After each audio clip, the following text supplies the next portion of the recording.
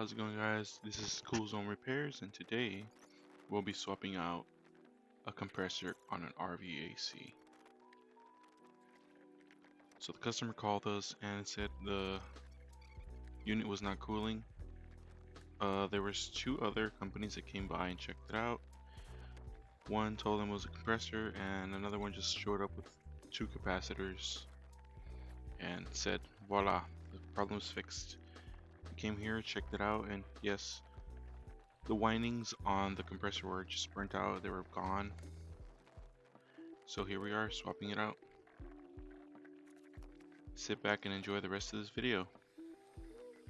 And don't forget to like, subscribe, and share. Thank you.